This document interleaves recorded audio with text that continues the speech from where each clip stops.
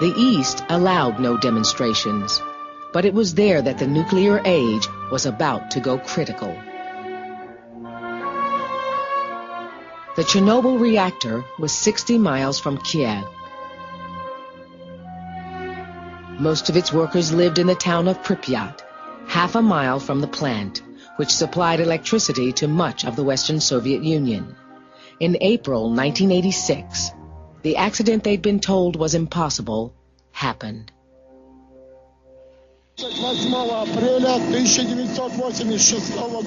An explosion blew the roof off the main reactor, and a major emergency began.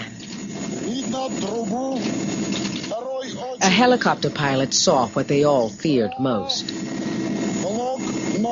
Центральный зал блока номер 4. Включи! Выше! Держи это место! Держи! Держи! Где дым идет? Где дым? Вот так! Держи! The orange glow led scientists to think a reactor meltdown was underway, the so-called China syndrome. The Soviet government tried to hush the incident up.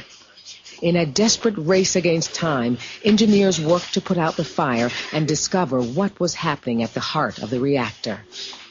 They cut a hole through the 10-foot concrete lining. And one person had to do the most dangerous job of all. Go right underneath the reactor and see if the radioactive core was burning through. Veniamin Pryanichnikov volunteered. When he climbed through, he didn't know what he'd find. When I pulled open the cover, I felt something pouring on my head. All I was wearing was a thin protective cap.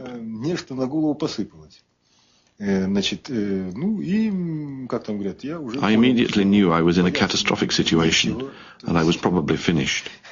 I shouted to the people who were with me to hand me the meter so I could measure the radiation intensity and know how long I had to live, 1 day or 2. The meter showed about 200 units, maybe 250, but no more than that. It was then I realized that I was all right.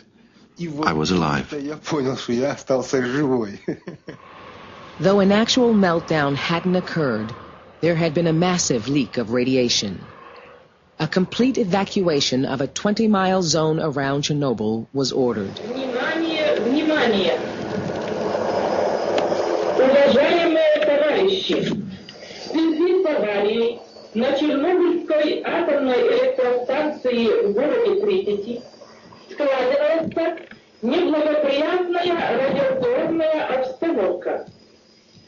Сегодня, 27 апреля, начиная с 14:00 часов, возникает необходимость провести временную эвакуацию жителей города в близлежащие населенные пункты Киевской области.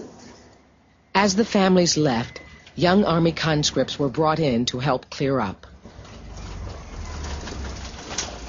With no special protective clothing available, they had to improvise.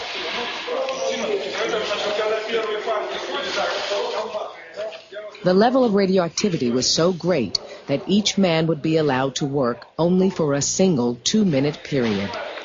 They'd have to rush in and rush out.